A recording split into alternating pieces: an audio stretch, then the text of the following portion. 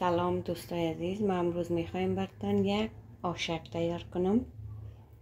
آشک بسیار مزه‌دار. مواد لازمش خمیر، گندنه و لوبیایش ما قبلا پخته کردیم، تیار کردیم.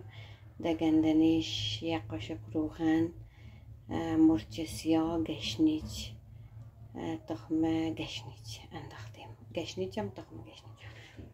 بسیار آشک مزه‌دار. دوستای عزیز تا آخر ویدیو مرا بیننده باشین و برای ما کامنت های مقبول بانین، لایک کنین، شیر کنین و تا آخر ویدیو بیننده باشین دوستای نازنین، تا که ما آشکا را تیار کنم، خمیر اوار کنم، آشکا را تیار. و ما لوبیا بسرش تیار کردیم. شما میتونین که هر چیزی که خوش دارین بسرش پخته کنین و حالا منتظر باشین که ما آشکا را تیار کنیم دوستای عزیز.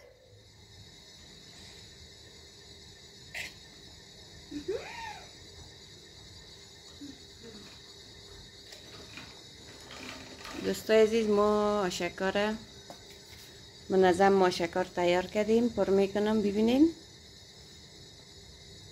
مواد لازمش قبلا براتون گفتم که در خمیرش، در گندنیش ما چی انداخته بودم: مرچ سیاه، تخم گشنیج تازه، 2 قاشق روغن و حالا آشکا تیار میکنیم.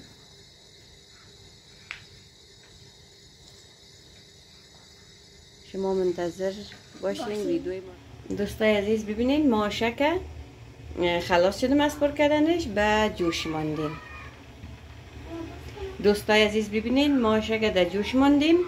حالا منتظر هستیم که پخته شوه و بکشیم شه. تا وقت شما منتظر باشین و ویدیوهای ما را تعقیب کنین، سابسکرایب کنین، شیر کنین، لایک کنین.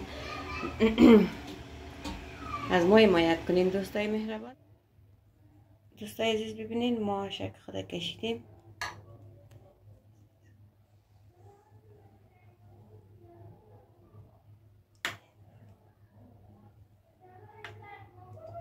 آشک ما کاملا آماده است دوستای عزیز. تا ویدیوهای بعدی دوستای عزیز، الله حافظ و نگهدارتان. چکرم کم زدین. الله نه خوب.